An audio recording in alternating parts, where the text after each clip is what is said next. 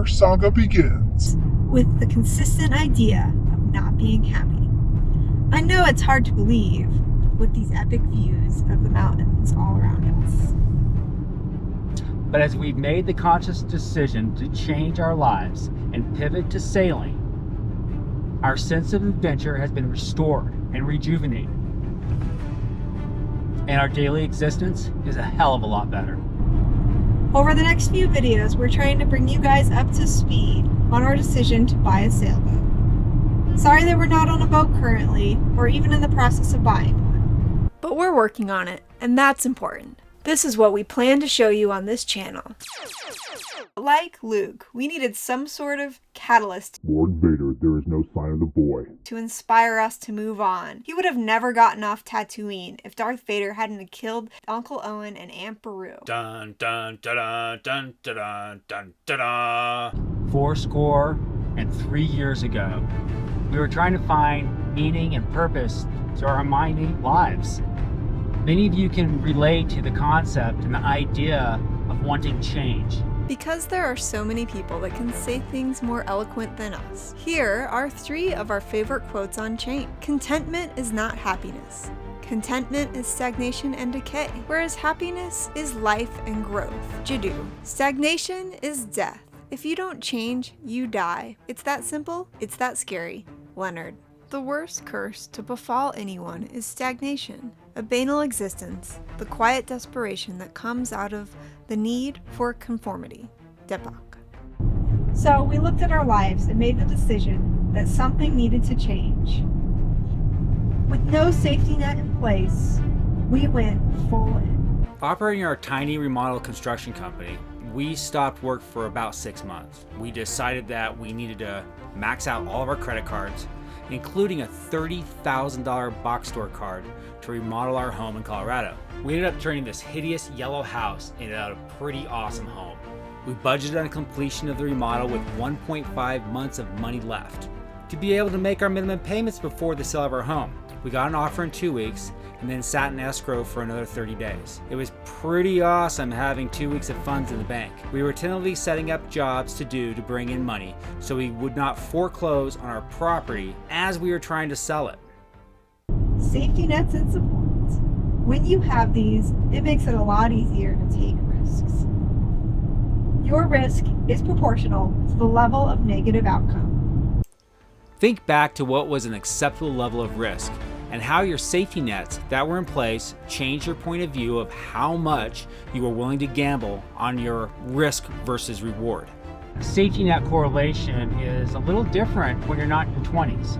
Because when you're in your 20s, you feel like you have an upteen amount of time to correct any major mistake or fobble, or you can lose it all and gain it all again because you feel like you have time. It's a little bit different when you're not in your 20s. Or are you like us and you throw caution to the wind and just hope you don't end up in a cardboard box? Leave a comment below about how your safety nets have changed over time. Basically, we want the edification that there are other insane people out there like us. Our safety nets are pretty non-existent. My parents are dead, and Allison's family was pretty upset that we moved. So the sale of our house happens, and we've moved on to the next part of our adventure. We packed up all our worldly possessions and head out to Boise, a neat town with restaurants and breweries that we crave. Plus, we're close to a lot of outdoor activities. So when we sold our house, we made enough money from the sale that we didn't have to jump right back into construction when we got to Boise.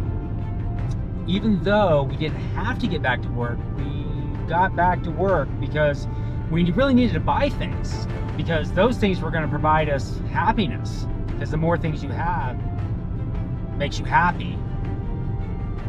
We also started planning a vacation because, let's be honest, the American dream or the world dream is to have more vacations, because that's what provides you the will to keep going.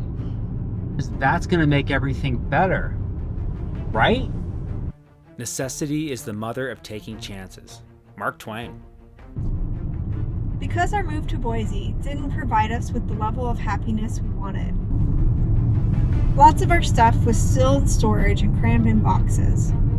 We made the corporate decision in 2020, during COVID, to buy raw forest land. We were lucky enough to buy 6.5 acres in a sleepy little town in Idaho that we thought ticked all the boxes. Well, we thought it ticked all the boxes. With all the boxes ticked, this should be easy, right? But if it was easy, it wouldn't make a very good story. And would you watch it? I don't know. Maybe you would. So, moving from Colorado to Boise and then buying raw land, this is what we learned. After 2 years of living on our property now, we should have asked 3 very, very, very simple questions. Before we bought the property, before we moved to Boise, and way before we made any crazy decisions, they are: why are we not happy? What do we need or crave to make ourselves happy? And what steps should we have taken to change our lives? So once we finally, after years of not asking these questions, and finally did ask those questions, the idea of sailing materialized. But I'm getting way ahead of our story. We continued to not ask or answer these questions for a long time. So, our new plan was just to stay busy enough so we didn't have to ask ourselves why we were so miserable. Watch the next video as we get stupid busy So we don't have to contemplate all those really stupid questions.